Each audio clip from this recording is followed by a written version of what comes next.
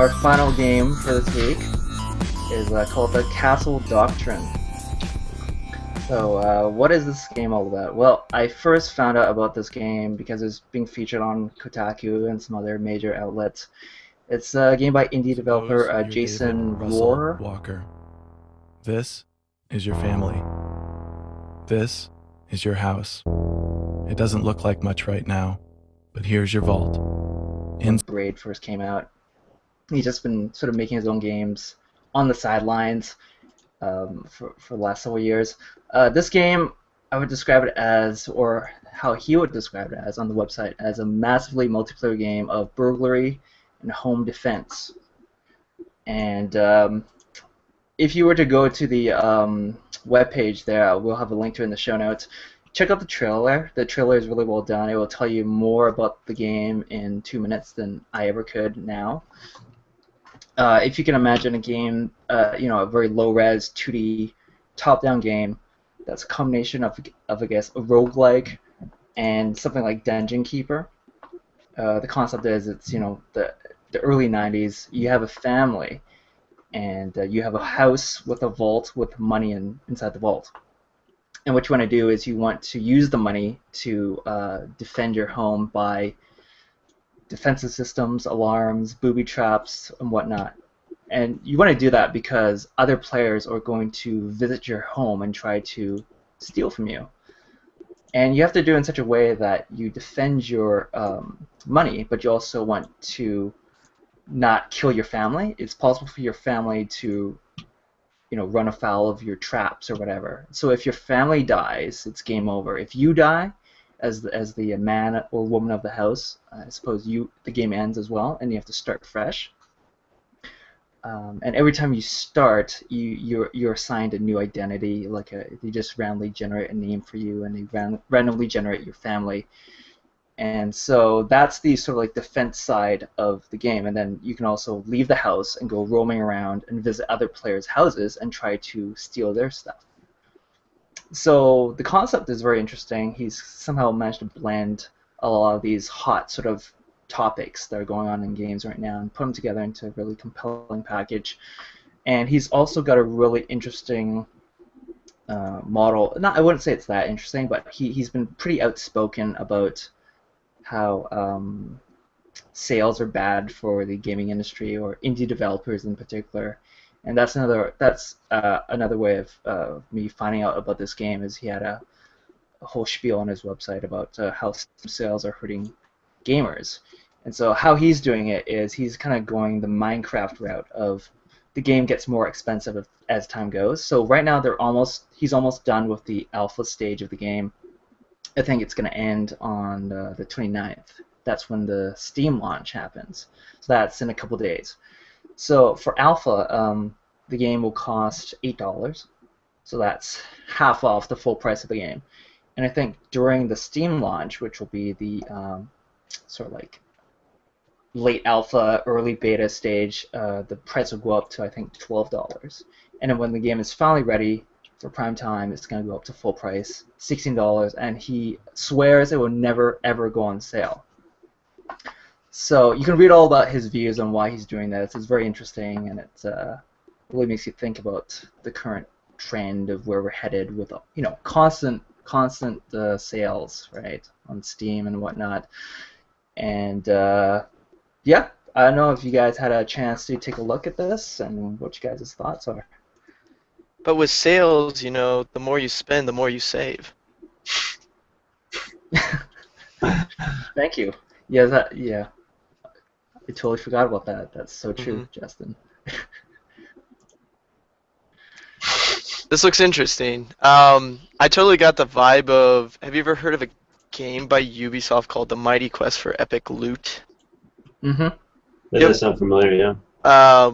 Basically, in that game, you have your own little castle, and you level up and add more traps to it, and other players have to get to your treasure chest, basically, within an amount of time. And if they don't, then, you get some points or some loot because they failed. But if they do, then I think maybe you lose some gold, and they get a bunch of stuff. So, sort of a similar premise, although I heard that went down a free-to-play route, which got a little messy. But yeah, this definitely sounds pretty interesting. Um, it's the trailer is very kind of serious tone to it.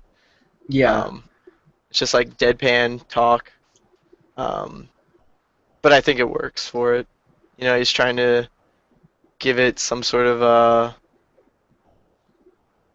a it's deeper grim. feeling to it, I guess, by the way it's presented. But yeah, it seems interesting. Um, How about you, Jared? What are your I, thoughts? I like the style. I think it's interesting that it's in the past,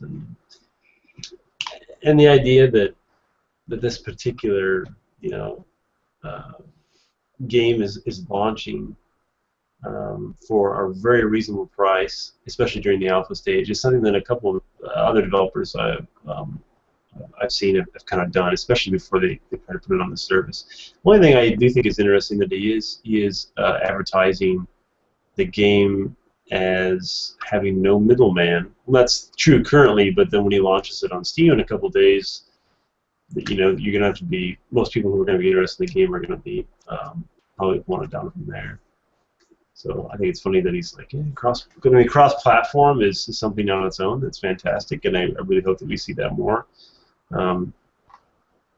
It's interesting that it's a kind of uh, a multiplayer game at the same time. Although how burglary is going to really work with that many people, I don't know, but I guess we'll find out, right? I'm definitely curious about this game. I'll probably pick it up either today or tomorrow and just check it out for myself. Unfortunately, I was a bit too late on the draw because they're also doing a bit of a promotion. It ends today. In fact, it probably ends in 5 minutes. Where I gotta buy it now. Yeah, come on, tell us about this. Yeah, he was doing some sort of competition where I think the top 8 players who end up with the most cash, he'll actually convert their in-game holdings into real money and send them a check, or not a check, but give them a payment through PayPal. So it was like a lot of incentive for players to just play a lot until today and try and get the highest score, and then possibly earn a few bucks along the way. The conversion, of course, is quite ridiculous. You would need to have like at least, what was it, like 300, 400 in-game dollars to make $2 or $3 of Sure. U.S. currency. But yeah, no, he's definitely doing things his own way, and I really appreciate that. The way he's done this promotion and his kind of outspoken thoughts on game sales and his pricing model. I think it's cool to see guys kind of do things a little bit differently. And in terms of like the Steam release, I think you'll always be able to buy direct from him, and then he'll always supply like a Steam key with each copy in case you do want to just have it in your Steam library. That's my understanding, at least. Interesting. And I kind of need to do some more research on what their protocol is for Steam keys. Like, I wonder if the developers charged any sort of fee for issuing those Steam keys. Yeah, not too sure about that. Yeah. Because I, recently did that where I had a game that I purchased outside of Steam. I was issued a Steam key, and I'm interested if that costs the developer anything and what Steam's protocol is. Do some research. Yes, we'll do a little bit of homework and report back to everyone. But this seems fun. I mean, the house construction alone is going to bring anybody that likes, simulators. So this is going to be cool. Even though, of course, it's not that type of game, but it's still interesting. And there's like no end to the game, right? You're just sort of always trying to get more like steel from other players, so that way you can beef up your own security or take in more offensive items with you to steal from other people. I think so. It's Okay. just a perpetual cycle of screwing someone else to better yourself, and hopefully you don't lose your family along the way or run out of money, right? Yeah. It's pretty tragic, but also seems pretty fun. Yeah, it could be fun. I don't know if it'd be a game where I'd like really get sucked into it though, because I'm not sure like depending on what is the actual skill of like moving around, like how deep can these puzzle rooms become will definitely kind of make or break the game for me, I think. Um, Yeah, it'll be if interesting. it's just like you cannot get past this because you don't have this item that you don't have enough gold for, and that'll be kind of annoying. It'd be interesting if it's more buy things to help you get through a map or through like through one of these home security systems.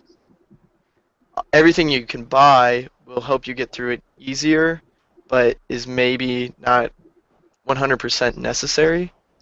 I I don't see know. Or what you maybe mean. there's a way Yeah. where you can just look at a home defense before you enter it.